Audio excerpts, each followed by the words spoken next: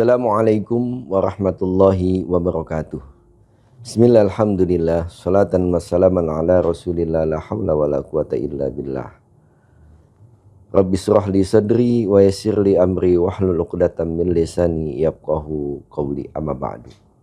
Sahabat SMPTQ Gandasari di mana saja berada, para shaimin shaimat yang dimuliakan Allah, tak terasa waktu terus berjalan. Memang dunia ini terkadang banyak melalaikan kita. Suka ada prinsipnya tahu-tahu. Tahu-tahu anak yang tadinya kecil udah gede. Tahu-tahu yang tadinya punya anak sekarang sudah tua. Tahu-tahu yang tadinya punya cucu sekarang udah punya cicit. Tidak terasa. Begitulah kita dalam hal menjalani kehidupan ini. Maka tanpa terasa pula, tahu-tahu kita sudah berada di penghujung bulan suci Ramadan. Mungkin beberapa hari lagi kita akan ditinggalkan oleh Ramadan yang mubarak ini. Sesuatu hal yang tentu sangat membuat kita sedih. Karena betapa tidak, di Ramadan ini sangat luar biasa Allah Subhanahu wa Ta'ala menganugerahkan berbagai macam limpahan anugerahnya kepada kita semua.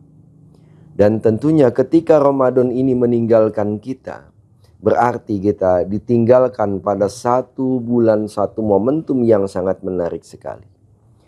Dan kita pun belum pernah tahu apakah kemudian Ramadan tahun ini dosa-dosa kita sudah diampuni oleh Allah Subhanahu wa Ta'ala atau belum.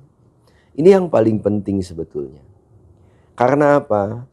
Kalau Ramadan ini saja tidak mampu untuk merubah kita, lantas apalagi yang harus diberikan oleh Allah Subhanahu wa Ta'ala untuk mampu merubah kita?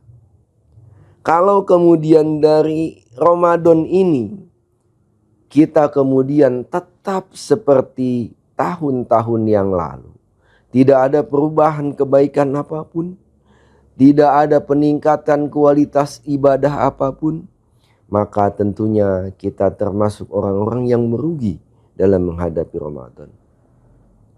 Maka di kesempatan terakhir ini kita diberikan tantangan sebetulnya, diberikan challenge. Apa itu? Berupa Lailatul Qadar.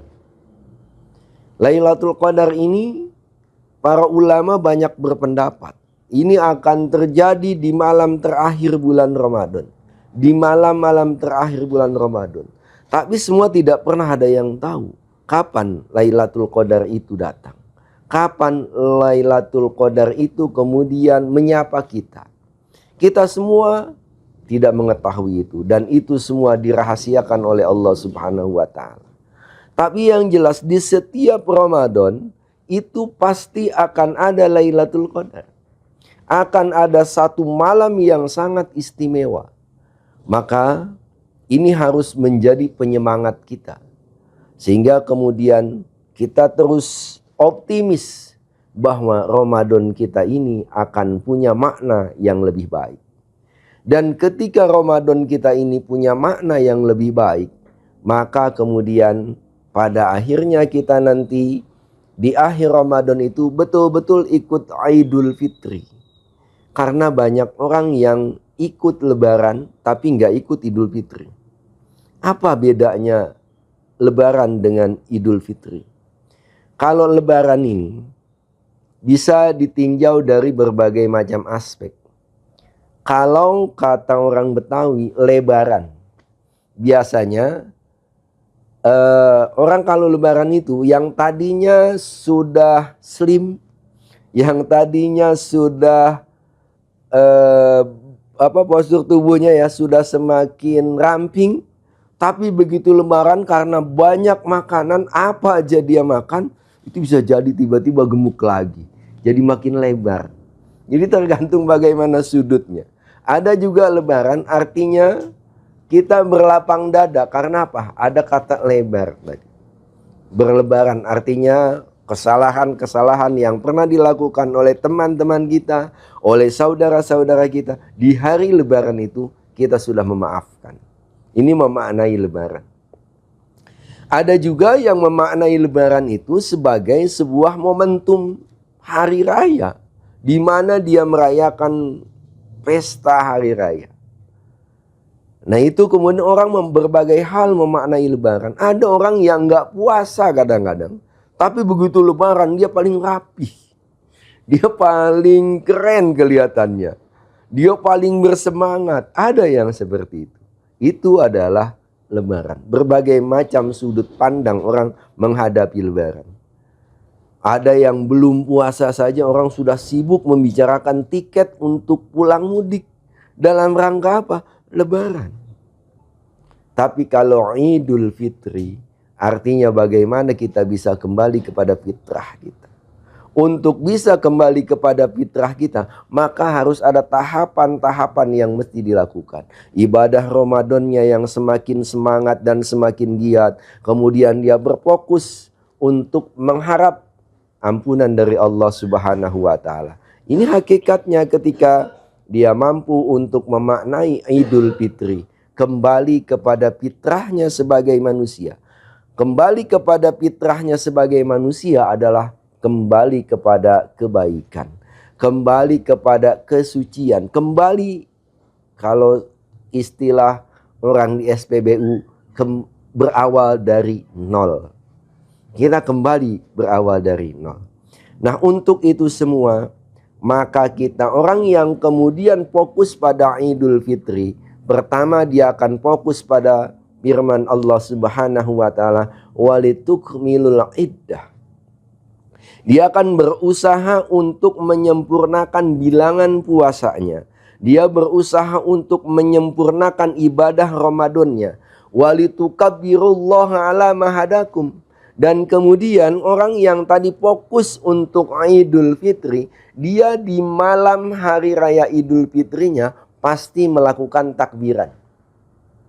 Jadi begitu masuk Idul Fitri, mulai maghrib dia tahu bahwa malam tersebut sudah malam Idul Fitri, maka dia akan walitukabirullah, dia akan membanyak takbir.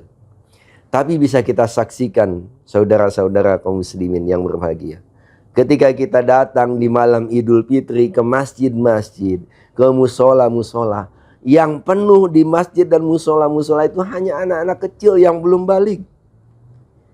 Entah orang tua yang selama ini sedang sibuk dengan opor ayamnya, sedang sibuk dengan ketupatnya, mungkin sedang sibuk dengan baju barunya, dan entah kesibukan-kesibukan apalagi yang kemudian melalaikan. Padahal perintah dari Allah, walitukabbirullaha ala mahadakum. Jadi momentum malam takbir itu semestinya kita isi dengan memperbanyak bertakbir kepada Allah Subhanahu wa Ta'ala. Kita banyak bertakbir karena apa? Kita sudah fokus tadi untuk menyempurnakan ibadah Ramadannya.